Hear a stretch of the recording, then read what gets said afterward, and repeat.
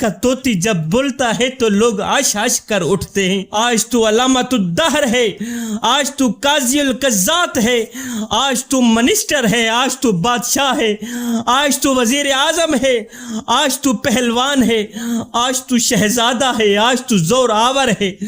آج تیری طاقت کے کیا کہنے، آج شیروں کو تو نچا لیتا ہے، ہاتھیوں کو تو بٹھا لیتا ہے۔ آج تو بڑا زور آور گھڑ سوار ہے، آج تیری طاقت اور قوت کے کیا کہنے۔ آج تو کشتی کرتا ہے، زمانہ دیکھنے آتا ہے۔ آج تیری طاقت کے شہرے ہیں، تیری عظمتوں کے تنتنے ہیں۔ آج دنیا کو انگل پہ تو نچا لیتا ہے، ہاتھیوں کو تو بٹھا لیتا ہے۔ اے بندے ذرا اپنے ماضی کی طرف جھانک کر کے دیکھ تو صحیح۔ اے تجھے تو چار پے کے سہارے چلنا بھی نہیں آتا تھا، تو اٹھتا تھا نیچے گر پڑتا تھا۔ اور سید کو اتنا تو بتا دے، تجھے چار پے کے سہارے چلنا کس نے سکھایا؟ اللہ اکبر۔ تجھے بولنا کس نے سکھایا؟ بولنے کی صلاحیت تجھے کس نے دی؟ تیرے کانوں میں پردے کس نے رکھے؟ تیری آنکھوں میں توانائیاں کس نے رکھی؟ اور نادان چل، اپنے ماضی کی طرف نہیں دیکھتا نہ دیکھ، ذرا اپنے مستقبل کی طرف جھانک کر کے دیکھ لے کہ ایک بار پھر تیرے اوپر بجلی ٹوٹے گی، ایک بار پھر تیری بولتی بند ہو جائے گی، ایک بار پھر تیری طاقت تجھ سے چھین لی جائے گی۔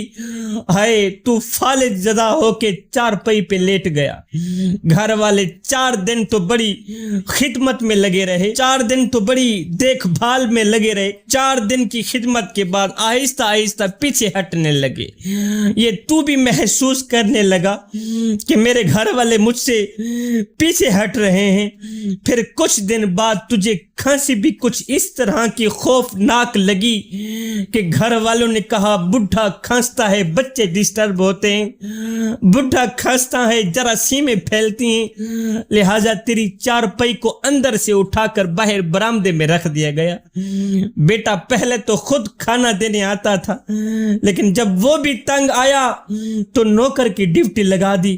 اب نوکر تجھے صبح شام روٹی دینے آتا ہے، شام کو بیٹا کام کر کے ڈیوٹی کر کے گھر آتا ہے، 1 منٹ کے لیے تیرے پاس رکتا ہے، پھر وہ بھی اپنے بیڈ روم میں چلا جاتا ہے۔ ہے تو بیٹے کی شکل دیکھنے کو ترستا رہتا ہے۔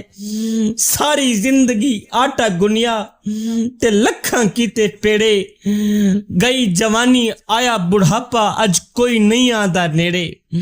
آج تو اپنی زندگی سے تنگ آ گیا، آج تیری زندگی اجیرن بن گئی، آج تو اپنے بیٹے کی شکل دیکھنے کو ترس رہا ہے، جن کو حلال و حرام کی تمیز کیے بغیر اپنے منہ سے نوالا نکال کر جس اولاد کے منہ میں ڈالتا رہا، آج وہ اولاد بھی پیچھے ہٹ گئی ہے۔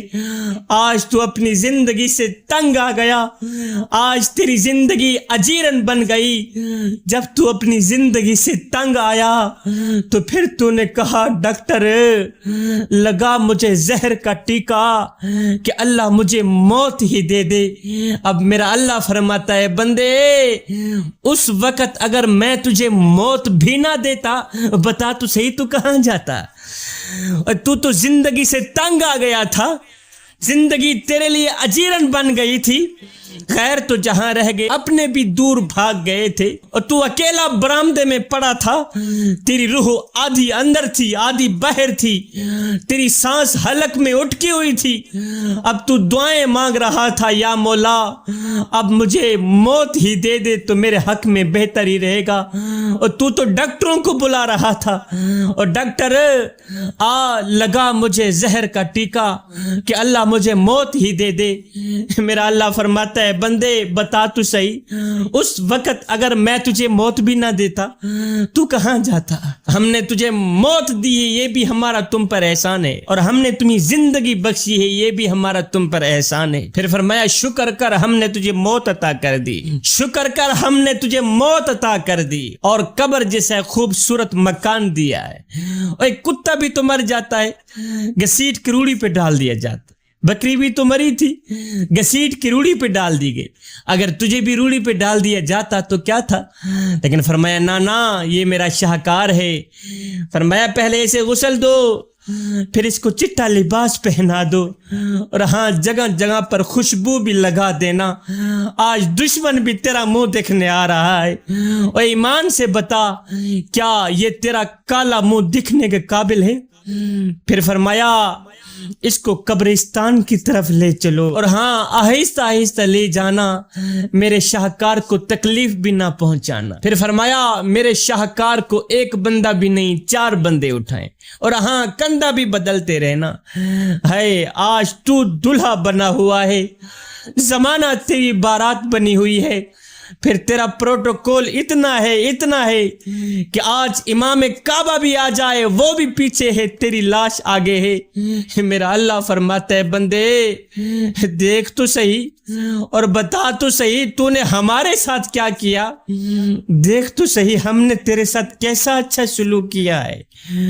تو نے ہمارے ساتھ جو کچھ بھی کیا ہے ہم نے دنیا والوں کی نظروں میں تجھے رسوا تو نہیں کیا.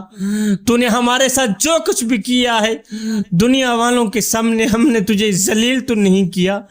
دیکھ تو صحیح کتنی عزت ہم نے تجھے دی ہے. میرا اللہ فرماتا ہے بندے کل منہ چھپا چھپا کے آنے سے بہتر ہے آج کھلے منہ ہی میری چوکھٹ پہ آ جا. میری رحمت تمہارا بڑھ چڑھ کے انتظار کر رہی ہے. اے بندے میرے دروازے پر اگر فرعون آ جاتا میں تو اس کو بھی بخشنے کے لیے تیار تھا. تو ویسے ہی میرا اپنا ہے, تیرا میرا تو ذاتی تعلق ہے اس لیے کہ تو میرے حبیب کا امتی ہے.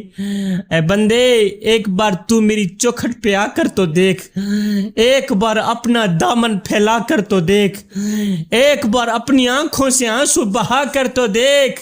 اے بخشش کی حد نہ کر دوں مجھے رب العالمین بھی نہ کہنا.